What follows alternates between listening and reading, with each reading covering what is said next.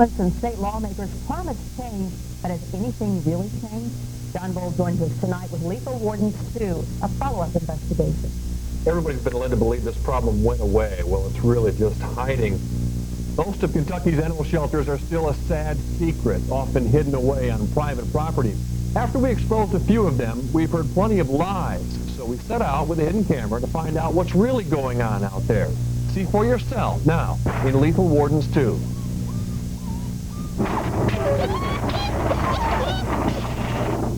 They don't want to go. This dog here is just flat scared to death.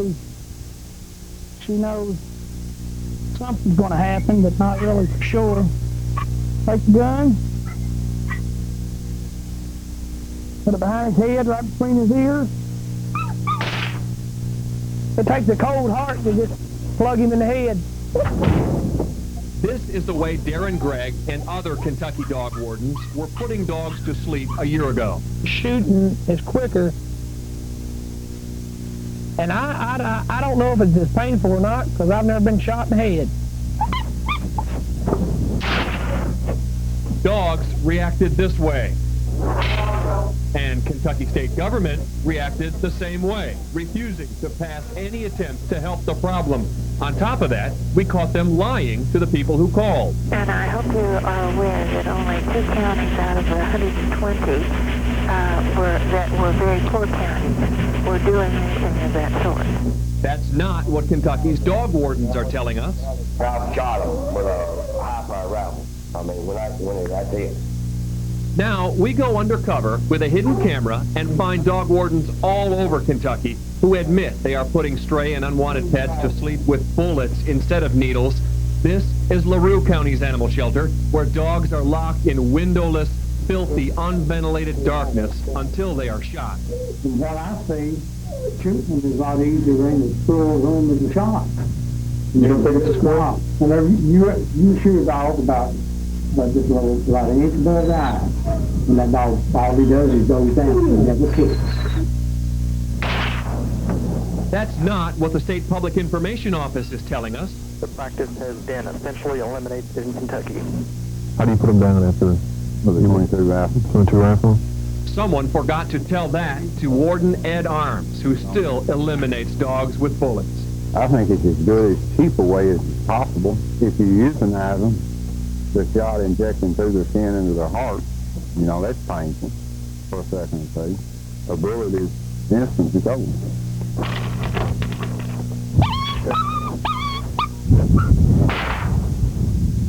It's not a common practice. Never was a common practice. I mean, that report that you're signing is just a sensational journalism that they went out and dug up and put on TV. And now our phones ring off and no, it's not. We do not shoot dogs in Kentucky as a matter of course. How do you know that? Because I live here. But if you live in Cumberland County and you go to the county judge's office, like we did, to apply for the dog warden's job, Larry Hoots will tell you the job description includes dog shooting. You gonna have a problem with it? Okay, is this, yeah, this is I cruel. tell you what, I kill a dog, and I guarantee you it won't run with a rifle. The LaRue County judge agrees. Yes, the quickest and easiest way for us to kill animals in a slaughterhouse is with a bullet in the head. Probably the quickest and easiest way to close a dog. When I show all of this to the president of the Kentucky Animal Control Association, she says there is no such thing as gunshot euthanasia training. They know how to fire a gun, but do they know how to do it so that the animal doesn't suffer? Probably they don't know. And how many of them really care? Now, the AVMA years ago took shooting off the list of humane euthanasia techniques because it often requires more than one shot. And a USDA official tells me the only person who could do it properly is, quote, an expert assassin. There are fates worse than bullets for these dogs. Many are starved to death in horrible conditions, and some dog wardens are selling the pets to research labs for experimentation. And we'll have more of that on Tuesday and Wednesday night. Powerful, John. Vicki, in part 2 of the series, we decided to secretly watch one dog warden. And we discovered Cumberland County dog catcher doesn't catch many dogs. He doesn't keep his hands on them, even when you bring him the dogs. And they're shivering and starving right now at his filthy hidden dog pound. Watch him try to explain his way out of it in Lethal Wardens 2. This is a part-time business.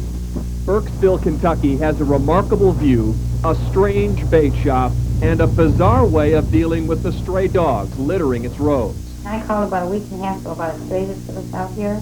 Right. And somebody was supposed to call me back, and I heard nothing, and I got the dog in time. Okay. We'll be able to get it first thing in the morning. This is what happens every time Mary Behringer tries to get the Cumberland County dog warden to pick up a stray. It'll be in the morning, but we can definitely get over and get it first thing in the morning. But Ed Arms apparently doesn't make house calls. The dog catcher doesn't like to be bothered with the job of catching dogs. Yeah, what do you need? Okay, I need someone to come out and pick up a dog. This is not a dog phone here. This is a business phone, and I only get paid part-time for dog warden, and I use my home phone only. This stray was back at Vicki Wright's home 1 hour after she finally got the dog warden to pick it up. He's a friend. He came back. So she brings the animal to Arms' house twice, but both times, instead of being taken to the shelter, it ends up back at Vicki's home 3 miles away, which makes her believe the dog catcher is really a dog releaser. 3 times that dog's been in your possession, and every time it got back here, and you expect me to believe that it just got away every time? I don't care whether you believe it or not. You've never gone to get Mary's dog. Oh, She's yeah. called several different times. We went and got it.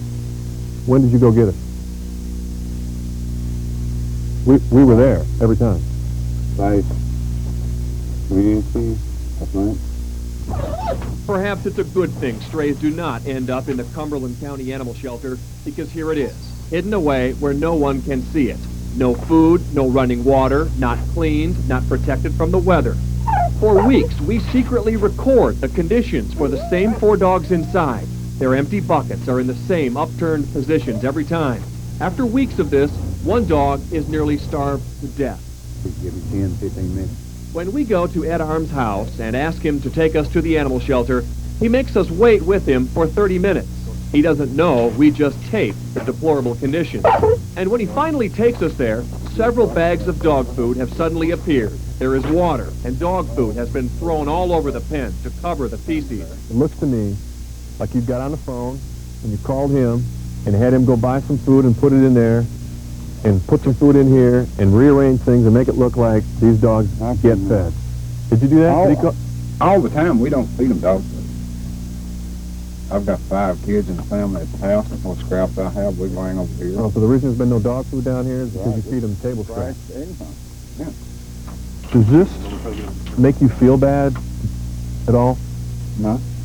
As bad as this is, he says it could be worse. They're saying life is better in here than it is up on the street. Naturally. We're not kicking them and beating them. Now, Ed Arms gets paid $200 a month, minus expenses, so he says the less food, gas, and bullets he has to buy, the more money he makes. Most of the dog wardens in the state make less than $600 a month. As for not catching strays or allegedly releasing them, one unspayed female dog can produce 4,372 pups in 7 years. Unbelievable. John, doesn't look like much has changed in the years since you first saw it. No, it hasn't, especially down there. What's coming up tomorrow? Tomorrow night we pose as undercover as a research firm looking to buy dogs from animal shelters for experiments. We'll show you what we found. Sad state of affairs. Thanks, John. So far we've shown you the archaic euthanasia techniques and the horrible conditions. Tonight, a look at the animal cruelty question. Whether they're being dragged on a rope down the road or they're being sold to research labs for experiments, man's best friend doesn't have many friends in this part of the country. We go undercover to show you why in Lethal Wardens 2. It's shocking, you know, that people could do such a thing. I found one of them. You found one of our dogs? Yeah. What is it? Laura Melton's dogs are missing, and one by one they're turning up in ditches, scuffed and mangled with a rope around their neck. Yeah, it's a black and white dog. Uh-huh. Really furry, yeah. Oh, that's my collie. It's a collie? And it even had a rope around its neck. And it has a rope around its neck? This lady looks like it's been shot. And a rope around it. Tortured. You know, they were literally tortured. At the same time, Melton says 2 teens are bragging at school about their animal torture spree.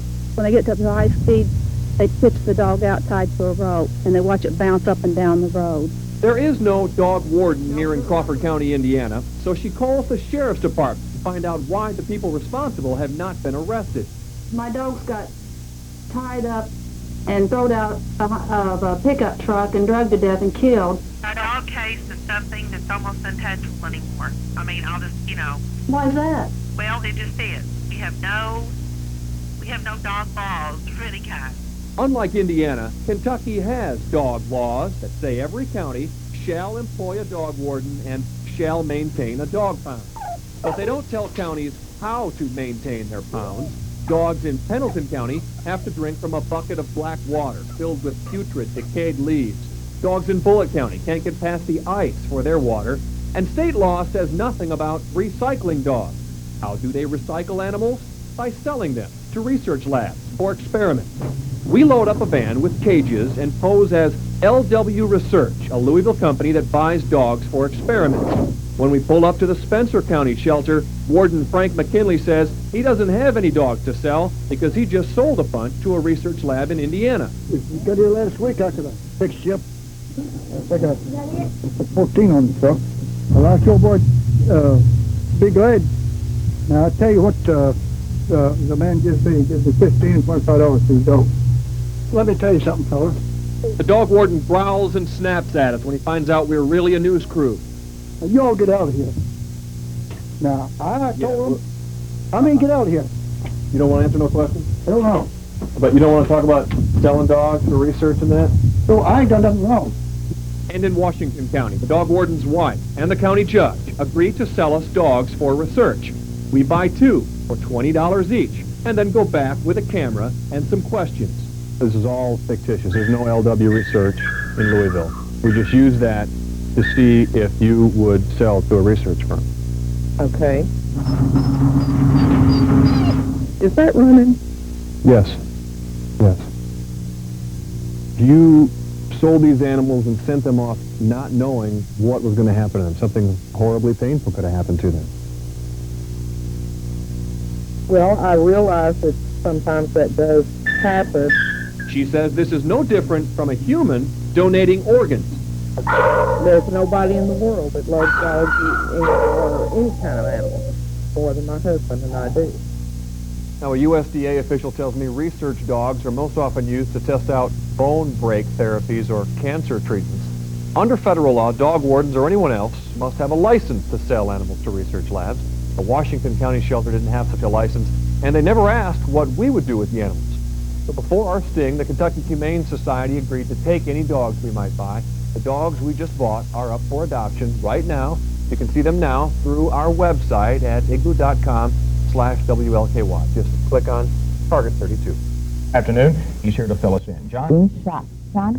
There's a massive donation effort is underway here and at the Kentucky Humane Society because the Humane Society is offering to go out into dog shooting counties like Pendleton and bring the animals back here for possible adoption and proper euthanasia. But some serious questions remain as to whether officials out in Pendleton County will even accept help. Somebody come through with a 9mm and shot 9 times through my mother's mobile home. Darren Gregg shoots dogs, and some people shoot at his family when they find out how he destroys stray and unwanted pets.